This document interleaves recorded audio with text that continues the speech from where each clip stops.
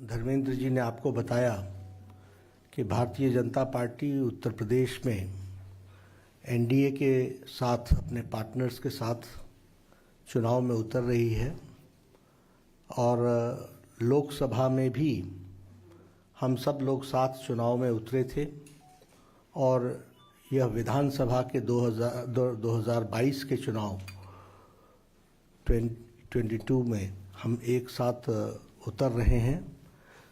अपना दल और निषाद पार्टी इनके साथ हम इस चुनाव में एनडीए 403 सीटों पर गठबंधन जो हमारा है वो चुनाव लड़ेगा, ऐसा निर्णय हुआ है। पिछले 2-3 दिनों में निषाद पार्टी के साथ और अपना दल के साथ बहुत डिटेल में चर्चा हुई है और सीट्स के बारे में भी चर्चा हुई और कहाँ कहाँ कौन कौन कंटेस्ट करेगा इसके बारे में भी चर्चा हुई है। डिटेल्स हम आपको उसके बारे में बाद में देंगे, लेकिन हम एक साथ चुनाव लड़ रहे हैं 403 सीटों पर। यह बात इस गठबंधन में चर्चा होकर के तय हुई है। हम सब जानते हैं कि भारतीय जनता पार्टी आदरणीय प्रधानमंत्री श्री मोदी जी के नेतृत्व में देश में एक मंत्र लेकर के चली है, सबका साथ, सबका विकास, सबका विश्वास। और यही सबका साथ, सबका विश्वास और सबका विकास, इस काम को हम लोगों ने अमली जामा उत्तर प्रदेश में भी इसको पहनाया है, इसको किया है। लेटर और स्पिरिट में सबको साथ लेकर के चलने का जो हमारा मंत्र था उसको हम लोगों ने पूरा किया है और उत्तर प्रदेश में डबल इंजन की सरकार ने विकास के नई छलांग लगाई है और उत्तर प्रदेश को एक मोमेंटम दिया है विकास का और सभी समाज के वर्गों को साथ लेकर के चलने का जो प्रण था उसको पूरा किया है। जब हम डबल इंजन की सरकार कहते हैं तो उससे स्पष्ट होता है कि केंद्र का आशीर्वाद, सपोर्ट, मोदी जी का सपोर्ट और योगी जी के द्वारा उसको लेटर और स्पिरिट में इम्प्लीमेंटेशन, उसको ज़मीनी स्तर पर इम्प्लीमेंट करने में बहुत बड़ा काम योगी सरकार ने किया है, जिसके कारण हमको धरती पर एक परिवर्तन और एक जिसे हम कहते हैं कि एक विकास की नई कहानी देखने को मिलती है। यह हम सबके सामने है। अगर हम विकास की बात करें तो आपके सामने ऑप्टिक्स में भी आपको दिखता होगा कनेक्टिविटी के बारे में, फिर चाहे कनेक्टिविटी रोड कनेक्टिविटी हो या मेट्रो की कनेक्टिविटी हो या फिर हमारे स्टेट हाईवेज भी हों।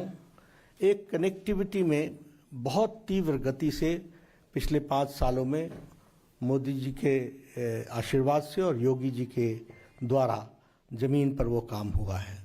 उसी तरीके से अगर हम एजुकेशन की बात करें तो एजुकेशन में भी एक तरीके से एक बहुत बड़ा चेंज आया है और आज एजुकेशन की दृष्टि से उत्तर प्रदेश एक आगे बढ़ता हुआ स्टेट दिखता है और विशेष करके मेडिकल एजुकेशन में उसमें हम सबको दिखता है। हेल्थ केयर तो है ही, एजुकेशन, हेल्थ केयर, ये सब विषय तो हैं ही, सोशल इंडिकेटर्स के भी विषय हैं। सभी विषयों में एनडीए की सरकार ने और उत्तर प्रदेश में इस गठबंधन ने बहुत तीव्र गति से काम किया है। उसी तरीके से इन्वेस्टमेंट की बात अगर हम कहें तो आज Uttar Pradesh has become a destination for investment. वहाँ एक बहुत परिवर्तन दिखता है। एक समय में जहाँ लोग अपनी इन्वेस्टमेंट्स को वापस ले रहे थे, वहाँ से पलायन कर रहे थे, आज वहाँ इन्वेस्टमेंट का डेस्टिनेशन बना है। तो यह पॉलिटिकल माहौल जो खड़ा हुआ है उसके कारण हुआ है। और विशेष करके जब हम सबका साथ कहते हैं तो गरीब कल्याण ये हमारा मंत्र रहा और उसको आगे बढ़ाने का काम किया है। फिर उसमें स्कीम्स लाइक उजाला, उज्ज्वला, सौभाग्य, आयुष्मान, ये सारी स्कीम्स उसमें आती हैं। प्रधानमंत्री गरीब कल्याण अन्न योजना, प्रधानमंत्री किसान सम्मान निधि, हमारे लेबरर्स के लिए जो वापस जा रहे थे उनको एम्प्लॉयमेंट अपॉर्चुनिटी देना, उनको एम्पावर करना, ये सारी चीज़ें वहाँ पर हुई हैं। और महिलाओं को और युवाओं को फोकस में रख करके काम पिछले 5 सालों में हुआ है, ये हम सबको दिखता है।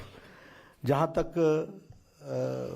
लॉ एंड ऑर्डर का सवाल है, हमारे चुनाव में लॉ एंड ऑर्डर, विकास, सबका साथ, सबका विश्वास, सबका विकास, ये तो है ही, लेकिन लॉ एंड ऑर्डर एक बहुत बड़ा विषय उत्तर प्रदेश में है। और जब मैं लॉ एंड ऑर्डर की बात करता हूं तो मैं बार बार लोगों को याद दिलाता हूं कि 5 साल पहले का सिनेरियो याद कीजिए। पलायन हो रहा था, पलायन के साथ साथ वहाँ पर शाम को 5 बजे के बाद साधारण तरीके से लोगों का जो रोज़मर्रा और जीवन के होता था वो थम जाता था। किडनैपिंग्स हो रही थी, हर एक तरीके के वहाँ माफियाज एक्टिव थे और माफियाज और सरकार का नेक्सस था और उनके सपोर्ट से वो काम चल रहा था।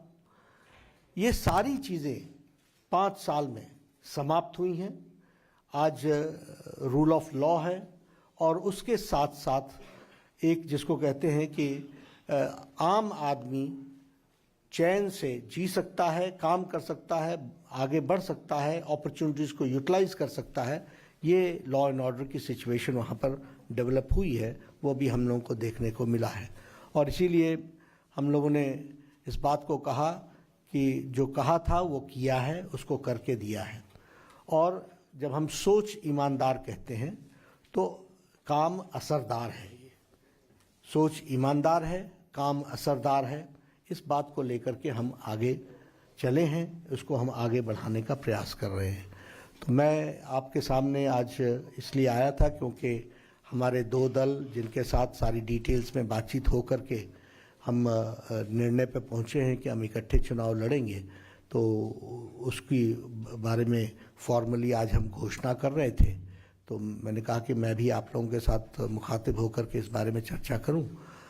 मैं रिक्वेस्ट करूंगा अपना दल की हमारी नेता अनुप्रिया पटेल जी से कि वो अपनी बात को रखें।